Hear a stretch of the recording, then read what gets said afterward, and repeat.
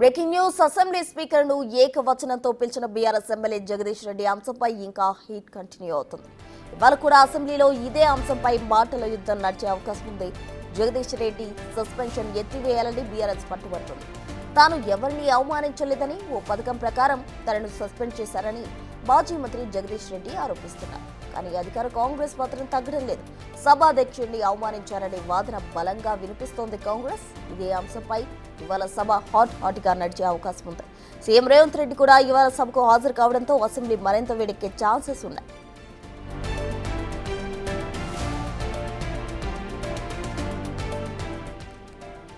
ఇవాళ తెలంగాణ అసెంబ్లీలో మాటల యుద్ధం నడిచే అవకాశం కనిపిస్తుంది. అటు జగదీష్ రెడ్డి అంశం పైన కూడా బీఆర్ఎస్ అలాగే కాంగ్రెస్ చర్చ నడిచే అవకాశం కనిపిస్తుంది. బీఆర్ఎస్ ఎమ్మెల్యే జగదీష్ రెడ్డి అంశంపై హీట్ కంటిన్యూ అవుతుంది. ఇవాళ కూడా అసెంబ్లీలో ఇదే టాపిక్ పై చర్చ నడిచే అవకాశం కనిపిస్తుంది. అటు జగదీష్ రెడ్డి సస్పెన్షన్ ఎత్తివేయాలని బీఆర్ఎస్ పట్టుబడుతున్న నేపథ్యంలో తను ఎవరిని అవమానించలేదు, ఓ పథకం ప్రకారమే తనను సస్పెండ్ చేశారని అటు మాజీ మంత్రి జగదీష్ రెడ్డి కూడా ఆరోపిస్తున్నారు. కానీ అధికార కాంగ్రెస్ మాత్రం తగ్గడం లేదు. సభాధ్యక్షుడిని అవమానించారనే వాదన గట్టిగా వినిపిస్తుంది. దీంతో ఈరోజు సీఎం రేవంత్ రెడ్డి కూడా అసెంబ్లీకి హాజరు కాబోతున్నారు. కాబట్టి సభ హీట్ గా నడిచే అవకాశం కనిపిస్తోంది.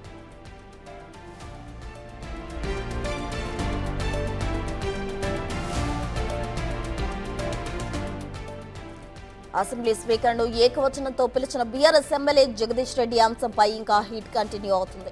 ఇవాళ కూడా అసెంబ్లీలో ఇదే అంశంపై మాటల యుద్ధం నడిచే అవకాశం ఉంది. జగదీష్ రెడ్డి సస్పెన్షన్ ఎత్తేయాలని బీఆర్ఎస్ పట్టుబడుతుంది. తాను ఎవరిని అవమానించలేదని, ఓ పథకం ప్రకారం తనను సస్పెండ్ చేశారని మాజీ మంత్రి జగదీష్ రెడ్డి అంటున్నారు. ఇక అధికార కాంగ్రెస్ మాత్రం ఏమాత్రం తగ్గడం లేదు. సభాధ్యక్షుడిని అవమానించారనే వాదన బలంగా వినిపిస్తోంది.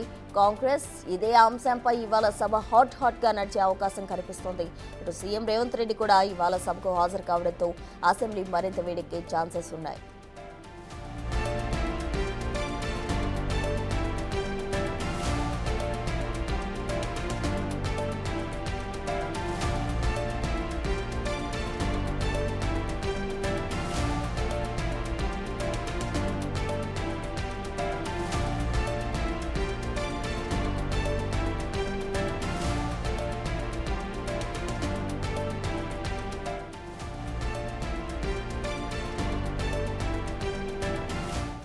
ఇదే అంశానికి సంబంధించి పూర్తి సమాచారం మా ప్రతినిధి వాసు అందిస్తారు. వాసు,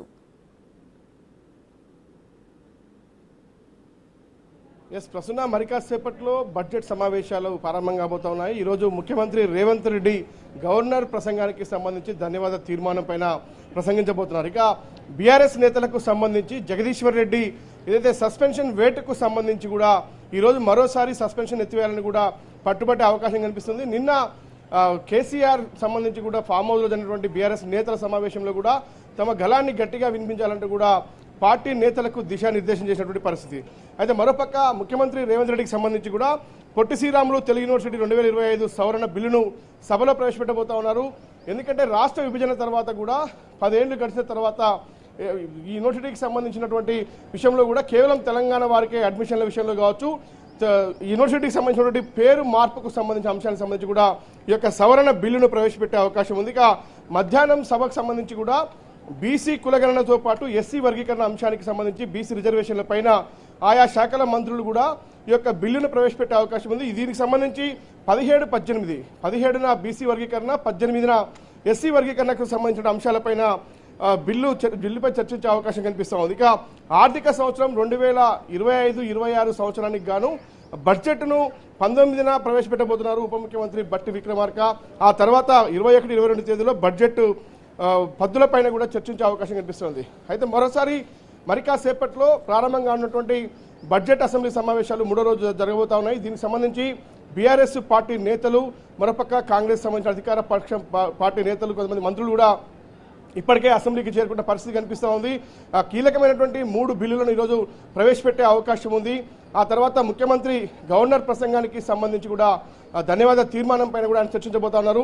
ఈ నేపథ్యంలో బీఆర్ఎస్ నేతలు వ్యవహరించే తీరు ఎలా ఉండబోతోంది అన్న అంశానికి సంబంధించి కూడా నిన్న మొన్నటి లాగానే మళ్ళీ తిరిగి బీఆర్ఎస్ నేతలు గవర్నర్ ప్రసంగానికి ధన్యవాద తీర్మానంపై చర్చించే నేపథ్యంలో కూడా ప్రసంగించే నేపథ్యంలో అడ్డు తగిలే అవకాశాలు ఉన్నట్టుగా తెలుస్తా ఉంది. బీఆర్ఎస్ నేతలకు సంబంధించి జగదీశ్వర్ రెడ్డి సస్పెన్షన్ ఏదైతే ఉందో అది చట్టవిరుద్ధంగా చేశారంటూ కూడా వాళ్ళు అన్యాయంగా సస్పెండ్ చేశారు కాబట్టి ఎత్తివేయాలి, ఎక్కడ కూడా స్పీకర్ చైర్ను అవమానపరుస్తూ జగదీశ్వర్ రెడ్డి మాట్లాడలేదు. మీ అంటే ఖచ్చితంగా కూడా కాంగ్రెస్ సభ్యులందరినీ కలిపి మాట్లాడిన మాటలు తప్ప ఇంకోటి కాదు, ఉద్దేశపూర్వకంగానే జగదీశ్వర్ రెడ్డిని సస్పెండ్ చేశారు అంటూ కూడా బీఆర్ఎస్ నేతలు పెద్ద ఎత్తున కూడా రాష్ట్ర వ్యాప్తంగా ఆందోళన చేశారు. మొన్న సస్పెండ్ అయిన రోజు కూడా అంబేద్కర్ స్టాచ్యూ దగ్గర పెద్ద ఎత్తున ఆందోళన చేసిన పరిస్థితి కనిపిస్తుంది. ఈ రోజు కూడా అసెంబ్లీలో సేమ్ సిచ్యువేషన్ కూడా కొనసాగే అవకాశాలు లేకపోలేదు. మరోపక్క ఇలా ముఖ్యమంత్రి రేవంత్ రెడ్డి సభకు హాజరవుతున్న నేపథ్యంలో కూడా ఆయన ప్రసంగానికి సంబంధించి అడ్డు తగిలే అవకాశం ఏమైనా ఉందా అన్న అంశానికి సంబంధించి కూడా మొత్తానికైతే అసెంబ్లీకి సంబంధించి ఇటు బీజేపీ కాంగ్రెస్ బీఆర్ఎస్ నేతలకు సంబంధించి ఎవరి వాదన వాళ్ళు చాలా బలంగా వినిపించే ఉంది. గరంగరంగా ఈరోజు కూడా అసెంబ్లీ కొనసాగే అవకాశాలు కనిపిస్తూ ఉన్నాయి. మరి చూడాలి బీఆర్ఎస్ ఎలాంటి పందాతో ముందుకు రాబోతా ఉంది. ఇక రేవంత్ రెడ్డికి సంబంధించి మాత్రం మరి కాసేపట్లో ఆయన గవర్నర్ ప్రసంగానికి సంబంధించి ధన్యవాద తీర్మానం తెలుపుతూ కూడా ఆయన ప్రసంగించబోతా ఉన్నారు. వాసు, అటు జగదీష్ రెడ్డి అంశానికి సంబంధించి కూడా మాటల యుద్ధం కొనసాగుతుంది అనుకోవచ్చా? ఎస్, ఖచ్చితంగా కూడా జగదీశ్వర్ రెడ్డి అంశాన్ని ప్రధాన అజెండాగా ఈరోజు బీఆర్ఎస్ పార్టీ వినిపించబోతా ఉంది. పెద్ద ఎత్తున ఆందోళనకు దిగే ఉద్దేశంతో కూడా నిన్న కేసీఆర్తో ఫామ్ హౌస్లో భేటీ అయిన నేపథ్యంలో కీలక బీఆర్ఎస్ నేతలకు కేసీఆర్ దిశానిర్దేశం చేశారు.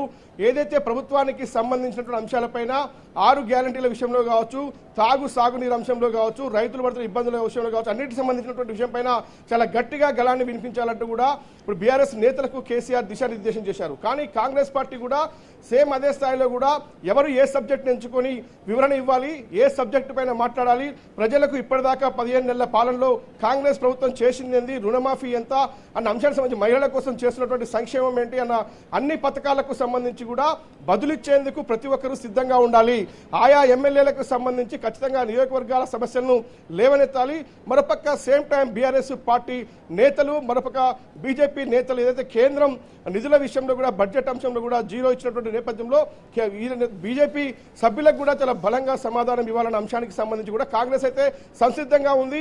మరోపక్క ఈరోజు రేవంత్ రెడ్డి ముఖ్యమంత్రి కూడా హాజరవుతున్నటువంటి పరిస్థితి కనిపిస్తూ ఉంది. కాబట్టి ఈరోజు వాడివేడిగా అసెంబ్లీ కొనసాగే అవకాశం ఉంది. బీఆర్ఎస్ మాత్రం ఇప్పటికే ప్రకటించింది ఖచ్చితంగా జగదీశ్వర్ రెడ్డి సస్పెన్షన్ ఎత్తివేసేంత వరకు కూడా ఆందోళన చేస్తూనే ఉంటామని కూడా వాళ్ళు ఇప్పటికే హెచ్చరించిన నేపథ్యంలో కాంగ్రెస్ పార్టీ నేతలు కూడా సిద్ధమయ్యారు.